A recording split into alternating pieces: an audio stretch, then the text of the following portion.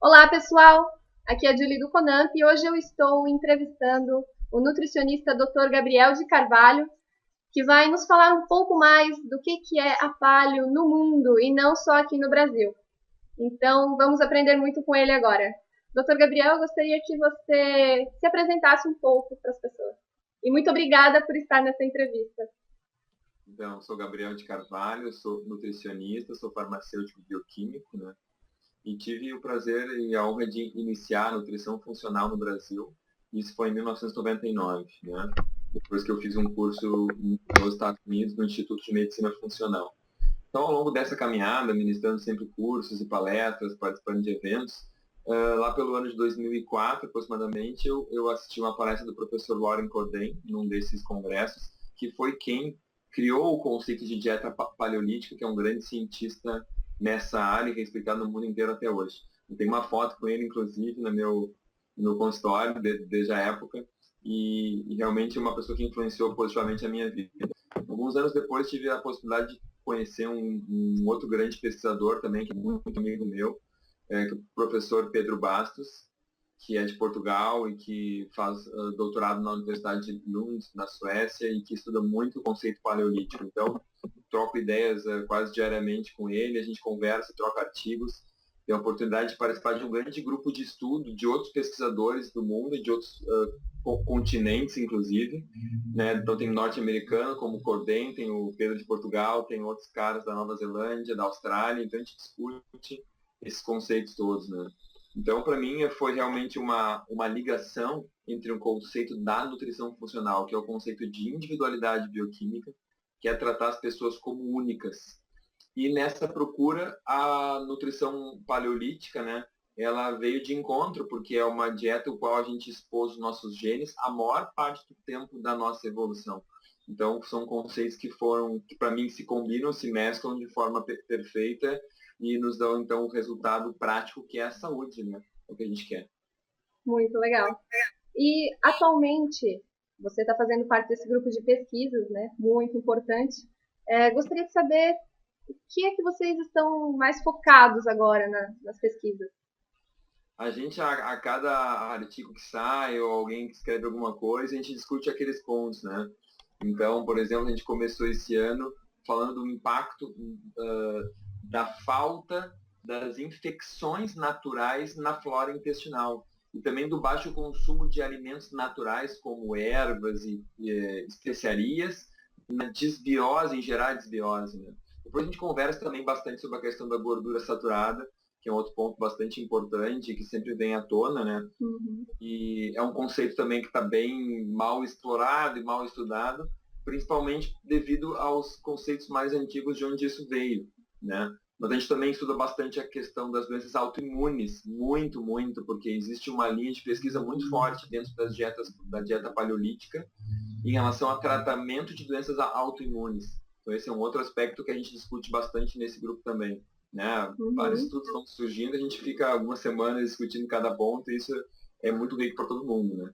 Muito legal. É, Queria saber também, no caso da flora intestinal, é algo muito importante atualmente para a saúde, né? É algo que a gente deve levar muito em conta.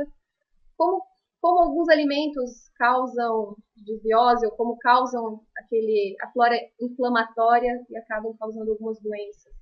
Quais Perfeito, alimentos, como isso acontece. perfeito. Isso é um tema, é uma situação muito comum no nosso dia a dia. E tem vários aspectos a ser levados em consideração, né, Júlio? O primeiro deles é o grande consumo de açúcar que as pessoas têm. Então, as pessoas consumindo açúcar ao longo da vida, isso gera uma alteração completa dessa flora intestinal e, aliás, já começa na flora bucal, porque essa quantidade de carboidrato na boca, rapidamente disponível, a qual o homem nunca teve antes oportunidade de ter, até, vamos dizer, 500 anos atrás, digamos assim. Antes era raro o consumo, por exemplo, de mel e açúcar não existia. Então, houve uma mudança da microbiota das pessoas a partir dessa alta disponibilidade de carboidrato já na mucosa oral, depois no estômago e no intestino.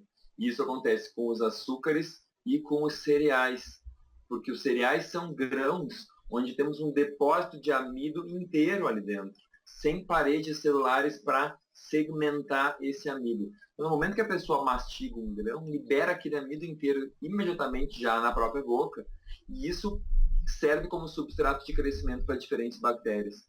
Então, o consumo de cereais de uma forma geral e também de açúcar foram, sem dúvida, o início, digamos assim, evolutivamente da desbiose e da nossa vida atual, porque isso já começa ali depois dos 6 meses, já, ou mesmo antes, muitas mães já usam açúcar, já usam refrigerantes com açúcar e cereais também desde o início, então isso vai alterando. Claro que isso se soma aos antibióticos, né, aos medicamentos, diversos tipos, como anti-inflamatórios e corticoides também, mas os antibióticos são os mais importantes em gerarem alterações nessa microbiota intestinal. Além disso, os próprios antiácidos também, né?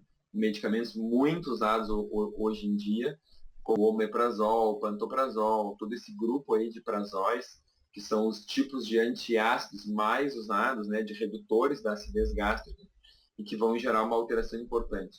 Somando os medicamentos com os carboidratos de cereais e o açúcar, tem ainda a falta de frutas, a falta de verdura, a falta de legumes, ou seja, uma diminuição no aporte de fibras de uma forma geral. Né? E não bastasse o consumo de cereais, as pessoas ainda comem cereais refinados. Uhum. Então piora mais a situação ainda, porque tem o carboidrato rápido e não tem fibra nenhuma, que seria fermentada pelas bactérias intestinais, e então poderíamos ter um crescimento de bactérias boas lá no nosso intestino grosso. Então é um conjunto, né, de fatores que vai levando aí uma desbiose oral e também intestinal, como a gente chama, né? E o intestino é o segundo cérebro do corpo, né? Ele Exato. responde a tudo que a gente tem emoções. O intestino é isso, ele é uma sede imunológica importante, ele é um órgão de detoxificação, ele está implicado em doenças psiquiátricas e neurológicas, está implicado na resistência à insulina, na obesidade, no diabetes, está implicado em doenças cardiovasculares, em doenças autoimunes, em doenças alérgicas. Tem um estudo hoje, recente desse ano, mostrando em seres humanos como o intestino está ligado a todo esse tipo de doenças. Então, a gente maltratando o nosso intestino com medicamentos e com uma má alimentação, está cavando a nossa cova. Estamos cavando a nossa cova, gente. Nossa, é verdade. E no caso de gorduras, se você fazer uma alimentação de baixo carboidrato, usando fonte de gorduras ruins, nesse caso, vai ter um perfil inflamatório no organismo? Quando a gente começa a baixar o carboidrato, eu fico sempre pensando assim, qual que vai ser o consumo de frutas dessas pessoas? Porque muitos profissionais, quando querem fazer uma dieta baixa em carboidrato, se preocupam em restringir as frutas, outros não. Eu normalmente restringo nos meus pacientes o suco de frutas, em especial aquela fruta que for espremida, tipo um suco de laranja. Mas não seja completamente contra, em pequenas doses. E a melhor parte da fruta a gente jogou fora ali. Então eu prefiro que sejam as frutas inteiras, né? Então é importante a gente salientar, quando se faz uma dieta pobre em carboidrato, que tem que ter fibras. O intestino humano é longo e precisamos ter aporte de fibras constante. Então, alguns vocês vão me dizer, mas consome verduras então. Perfeito. A questão é, na prática, a pessoa consegue fazer isso? Ok, ótimo. Então, o aporte, as verduras, as folhas, são a maior fonte de fibras por quilocaloria consumida. Então, a forma mais eficiente de consumir fibras é com verduras. Com verduras, com legumes, porque a gente tem muita fibra por pouca caloria. Então, a gente pode comer muito sem ter ganho de peso. E, aliás, o contrário, ajudando no emagrecimento. Por quê? Porque essas fibras vão melhorar a microbiota intestinal, e esses alimentos vão trazer um monte de fitoquímicos, vão desinflamar o corpo, melhorar a resistência à insulina, o sabor amargo deles melhora a resistência à insulina, e além disso vão aumentar, por exemplo, a reciclagem da microbiota. Então, vão fazer uma musculação intestinal, como eu digo, né? Vai fazer aquela peristaltismo, um consumo energético muito grande. Então, a gente tem que garantir, numa dieta que seja pobre em carboidratos, um aporte de fibras muito intenso. E isso inclui, então, bastante verduras, e frutas também, na minha opinião, podem ser incluídas. Considero a mesma opinião, porque senão a gente mata a nossa microbiota de fome, né? Exatamente, exatamente. Quando eu penso numa dieta pobre em carboidratos, eu penso muito mais numa redução de cereais, tá? Uma dieta low carb, uma dieta muito mais restrita em cereais, que são o principal problema em termos de fonte de carboidrato. Isso também quando a gente fala para a maioria das pessoas, né, Júlio? Porque o conceito paleolítico puro não implica em uma dieta low carb necessariamente. Claro que o que a gente vê hoje com essa epidemia de obesidade, de resistência à insulina, de doenças cardiovasculares, de Alzheimer, de artrite, de osteoartrite, de gota, de tudo isso que está ligado ao excesso de peso, essas pessoas todas precisam de redução de carboidrato total, não só de cereais. Eu incluiria aí também as raízes, tem que ter algum cuidado. No mínimo até a reversão desse quadro. Ok. E aí a gente consegue, então, depois ter uma reintrodução, uma harmonização desse nível de carboidrato usando o carboidrato certo, que são mais as raízes e tubérculos. Aí a gente fica bem equilibrado e consegue restaurar essa saúde. Correto. A gente vê bastante, né, nos blogs, nos comentários, em perguntas, recebe de pacientes também. As pessoas têm muita dúvida na diferença entre low carb e paleo, porque algumas pessoas fazem apenas low carb, outras fazem paleo e outras fazem os dois. E muitas ficam perdidas com isso, sem saber o que podem consumir ou não. Né? O que você acha importante uma pessoa que pretende fazer, digamos, uma low carb associada a paleo? O que ela deve evitar completamente e quais as melhores fontes para que ela não tenha perda no desequilíbrio hormonal? Ok. Então, o que a gente tem que salientar no primeiro lugar? O que o homem do paleolítico comia? Tudo aquilo que a gente chama, que veio diferenciando o paleolítico do neolítico. O neolítico é o período que vem depois da sedentarização do homem, após o advento da agricultura. Tá? Então, isso a gente fala aproximadamente 7.500 a 10.000 anos para cá. Então, nesses últimos 10.000 anos que o ser humano começou, então, a plantar alimentos, tudo que foi plantado começou a existir. Então, a gente tem aí os cereais, que incluem o arroz, o milho, o trigo, a aveia, centeio, cevada. Na nossa realidade são os mais comuns. Incluem todas as leguminosas, então os feijões, lentilhas, ervilhas, por aí vai, soja, inclusive. E incluem os lácteos, porque teve a domesticação dos animais junto com isso, né? Então, antes o homem caçava o animal, ele não tinha domesticado para tirar o leite. Então, cereais, leguminosas e lácteos. Isso é a alimentação do neolítico. Okay? Então, isso aquele homem não consumia. Então, o que ele consumia? Ele consumia frutas, todos os tipos. Ele consumia, tu pensa, se ele encontrou uma árvore, né? Tá lá caminhando no meio da savana, do mato, numa floresta, não importa. Se ele encontrou uma árvore com frutas, pega e come. É um alimento, uma refeição. Se ele encontrou uma folha que lhe parece comestível, pega uma folha e come. Se ele cavou uma raiz, uma batata, ele tem como cozinhar aquilo, uma batata é uma refeição. Então, frutas, folhas, raízes, sementes. Sementes ele pode consumir sem plantar. Carnes e ovos. Tudo isso ele pode pegar e comer. Se ele matou um animal, ele consome a carne. Se ele achou um ninho de aves, ele consome os ovos. Né? Então, esses alimentos são alimentos do paleolítico. Vejam que incluem alimentos ricos em carboidrato. Inclui o quê? Inclui as raízes, as batatas. Então, eram alimentos antigos já. Certo? Certo. Então, se a pessoa quer fazer uma paleo pobre em carboidrato, é isso que ela tem que preocupar em tirar. As raízes, batatas, inhame, cará, batata doce. Então, é aí para fazer uma paleo pobre em carboidrato. Então, vejam que em diferentes locais do planeta, os seres humanos comiam diferentes tipos de dieta paleo. Não existe uma dieta paleo. Imagina um homem da savana africana, diferente de um cara que vivia na Amazônia, ou que vivia nos Andes peruanos, ou que vivia um aborígene australiano, ou de um esquimó, né? Então são populações diferentes, né, que viviam em locais diferentes e assim com disponibilidade diferente dos diferentes alimentos. Né? Show de bola. Explicação que eu nunca tinha visto igual.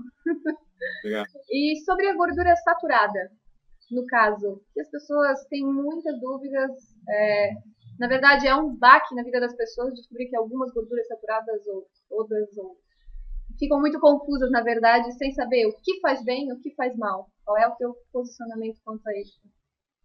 Isso aí é um tema que eu estou estudando bastante hoje, como eu comentei antes, é um tema de bastante interesse ainda, porque ainda há controvérsias, né?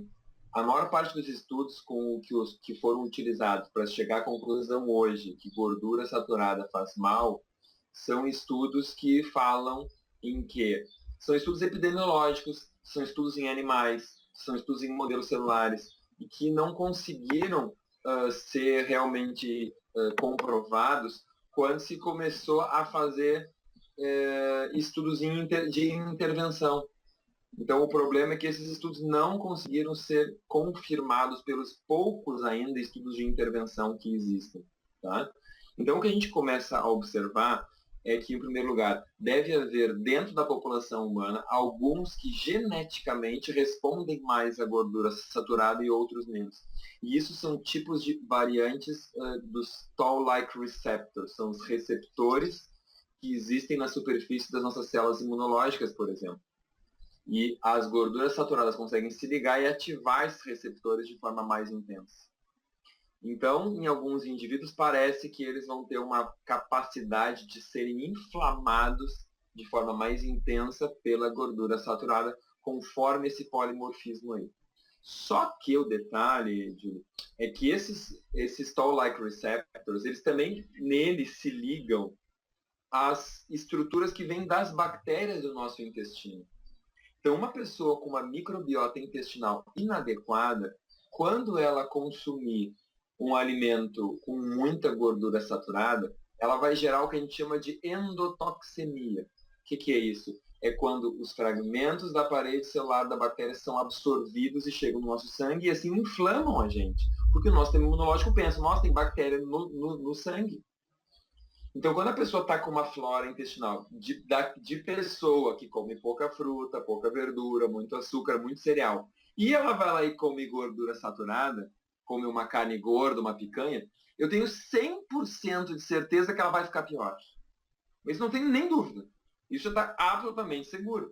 Então, a pessoa não pode achar que ela vai passar a semana inteira comendo errado e o domingo dela vai ser paleo, entre aspas. Vou comer só carne gorda sem carboidrato e não vai me fazer mal. Entendeu? Até porque hoje tem estudos mostrando que essa carne, que não é uma carne orgânica, na maioria dos casos, por exemplo, uma carne de frango ou uma carne suína, nessa gordura já tem também pumps, que se chama, que são substâncias que semelhantes a bactérias ou fragmentos de bactérias que também vão ativar o nosso sistema imunológico. Então, é muito interessante isso, porque a pessoa tem que ter conta que ela tem que mudar a sua alimentação aos poucos, ou, enfim, radicalmente, se ela quiser, mas ela tem que se dar conta que o benefício vai vir gradualmente, não se ela fizer isso eventualmente, entende? Porque a minha percepção hoje é que essa mudança tem que passar pela mudança do microbioma, da microbiota intestinal. E isso leva um pouco mais de tempo, não muda em um dia ou em 2 dias. Tem mudanças em uma semana, em 10 dias, mas tem mudanças que levam meses para acontecer. E o microbioma é uma coisa muito importante, né? Uma coisa eu gostaria também de te perguntar, porque eu, em toda alimentação que eu vou passar para um paciente, eu sempre começo pelo intestino. Você acha que esse tipo de abordagem é válida? Começar cuidando do intestino para ter melhores resultados? O intestino é o início de tudo. Na medicina chinesa, eles dizem que o intestino é o início de todas as doenças ou é o final delas. Então, a gente tem que, todos os nossos pacientes, nós temos que ensinar a ter o cuidado do seu intestino. E uma dieta paleolítica ou uma alimentação funcional não fica longe disso. Quando a gente começa, a gente diminui o açúcar, elimina o açúcar, né? Elimina os lácteos, elimina os cereais, a gente está, sem dúvida, melhorando a microbiota intestinal. E além disso, além só de eliminar isso, a gente está aumentando, em geral, as verduras, os folhosos, as raízes, os legumes como um todo, e também as frutas. Porque as pessoas chegam no consultório, sabe, comendo uma fruta por dia, comendo cereais. Então isso faz parte da mudança. Então hoje os estudos mostram que essa alimentação mais natural, com menos alimentos industrializados e com menos cereais, tem estudos analisando a microbiota de caçadores-coletores em vários lugares do mundo, ou seja, populações, como na Tanzânia, ou em Burkina Faso, ou na Nova Guiné, em Samoa, etc., e analisando a microbiota fecal desses seres humanos que consomem uma dieta paleolítica. Meu, muito legal isso. Mostrando que eles têm uma microbiota intestinal totalmente diferente dos ocidentais, que tem uma microbiota intestinal inflamatória e que está muito mais associada ao perfil de síndrome metabólica. Então é realmente uma mudança e que coloca nas pessoas, nos nossos pacientes e nós mesmos, a nossa responsabilidade pela nossa saúde, entendeu? E poder questionar. E eu espero que em breve todos esses guias alimentares estejam sendo revistos, né? Porque a gente precisa ter mudanças profundas para realmente conseguir salvar a população, porque a gente está indo para um rumo em que as coisas não vão ter solução, porque o nível de doenças é muito grande, os custos para o sistema de saúde são muito grandes, são infinitos. Não tem como, com um aumento de impostos, pagar toda essa quantidade de gente doente, infartando, e diabéticos, e obesos, e próteses de quadril, de joelho, tudo que acontece, é o caos total. Né? Eu fico muito assustado com isso. Ah, sim, eu fico... Isso foi uma das minhas frustrações quando eu conheci melhor o mundo da nutrição após formada. E uma coisa também me deixou bem curiosa, parecida com essa pesquisa que você me falou, dizem que índios têm uma microbiota perfeita, intacta, comparada à nossa, e que a gente jamais conseguiria retornar a microbiota que a gente, né, poderia ter tido se não tivesse inflamado tanto. É difícil de recuperar. Isso aí hoje acho que é o que eu leio nos últimos estudos desse mês, do mês passado. O que os autores falam é o que precisa. Agora, um estudo de intervenção longo com ocidentais de 1, 2, 3, 4 anos para ver se a gente consegue mudar essa microbiota ou não. Hoje não temos essa resposta, porque os estudos de intervenção que existem são curtos ainda. Então a gente sabe que em 10 dias muda, mas às vezes em um mês não muda. Ou 3 ou 4 para ver o que acontece com seres humanos ocidentais que comiam tudo errado e que passam a melhorar a sua dieta, claro, dentro das suas possibilidades, das suas restrições, e vão então melhorar o seu microbioma. Então a gente tem que... Eu acredito que a resposta vai ser limitada, não vai conseguir mais se retornar. E isso porque quando a gente recebe um empreendimento desse microbioma, o nosso sistema imune aprende a entender que aquelas bactérias que estão ali são as melhores e ele deve mantê-las lá. Então, quando a gente começa errado no início da vida, a gente chegar aos 30 anos de idade e querer dizer para o sistema imunológico que as bactérias são outras, que aquelas estavam erradas e essas são as certas, a gente não vai conseguir resetar isso mais. Pelo menos tudo que eu estudei, isso é o que eu entendo, né? Então, mas claro, a gente tem que continuar se cuidando, tentar fazer o melhor para, pelo menos, melhorar um pouco. Porque o microbiota é completamente diferente dessas populações nativas para os ocidentais. Né? E existe hoje em dia também algumas pessoas que fazem transplante fecal. O que você acha do transplante fecal como tratamento para quem tem uma microbiota muito inflamada? Então, hoje tem já alguns estudos fazendo transplante fecal e com resultados muito bons, né? Com colite, intestino irritável, então em algumas situações intestinais mais específicas. Eu acho que é uma boa, eu acho que as pessoas que conseguem benefício com isso devem usar. A questão é que a gente ainda não sabe todas as situações em que isso pode ser usado. Tem até gente tentando hoje já transplantar a microbiota de magros para gordos para fazê-los emagrecerem. Né? Então tem de tudo. E eu acho que isso é uma questão de futuro. Acho que hoje a gente não tem as respostas todas para isso, mas é uma forma rápida de mudar o microbioma. Claro, só que vai caber a pessoa manter aquele microbioma ali depois. É que nem achar que a cura da obesidade é a cirurgia bariátrica. Prova é que hoje os estudos mostram que 10 anos depois a maioria engordou de novo. Né? Então, a solução não é tirar o estômago, não é trocar só as bactérias. Se a pessoa continuar alimentando elas de forma ruim, vão crescer as bactérias ruins. Né? Mas, enfim, é uma parte da solução, talvez a curto prazo seja interessante. Muito legal. Doutor Gabriel, não quero mais ocupar muito do teu tempo, porque eu sei que você tem que sair, tem um congresso, né, para participar. Então, por último, eu só gostaria de pedir para você qual é a sua melhor dica para quem está entrando nesse mundo paleo e low carb, para não ficar perdido. Qual é a sua melhor dica para essa pessoa? Eu queria dizer mais algumas coisas, tá? Pode falar, eu adoro ouvir. Eu queria dizer mais algumas coisas no sentido. Quando a gente pensa em estilo de vida saudável, a alimentação paleolítica é o que é o melhor. Porque é a alimentação que os nossos genes estavam adaptados. O que não necessariamente significa low carb. Significa sem cereais, sem lácteos, sem leguminosas, tá? Então, a pessoa que pudesse se aproximar disso melhor. Entretanto, algumas pessoas com um biótipo muito ectomórfico, muito magras, podem carecer de falta de carboidratos para manter uma massa magra, uma boa performance física. Então a gente sempre tem que dar uma individualizada. Não dá para achar que isso é igual e bom e perfeito para todos. Essa é a primeira coisa. Segunda coisa, esse homem do Paleolítico, ele consumia carnes orgânicas.